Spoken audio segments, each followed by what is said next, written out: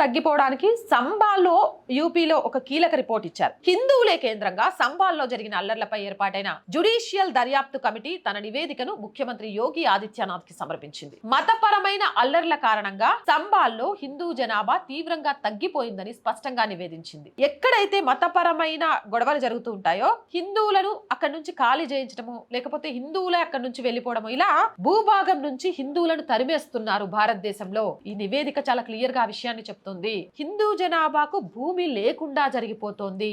అసలు సంబాల్ నేపథ్యాన్ని ఒకసారి గమనిస్తే 1976 నుంచే సంబాల్లో హిందువులే కేంద్రంగా అల్లర్లు జరుగుతూ ఉండేవి. అలాగే హిందువుల దేవాలయాల ఆక్రమణలు కూడా జరుగుతూ ఉండేవి. ఓ పకడ్బందీ ప్రణాళికతో హిందువులను సంబాల్ నుంచి తరిమి కొట్టారు. సంబాల్ అత్యంత పవిత్రమైన ఆధ్యాత్మిక ప్రదేశం. చాలా హిందూ ఆలయాలకు కేంద్రం ఇది. పురాణాల్లో కూడా సంబాల్ ప్రస్తావన స్పష్టంగా కనిపిస్తుంది. అయోధ్య, మధుర, కాశీకి ఎంత ఆధ్యాత్మికంగా ప్రాధాన్యత ఉందో ఈ ప్రాంతానికి కూడా అంతే ప్రాధాన్యత ఉంది.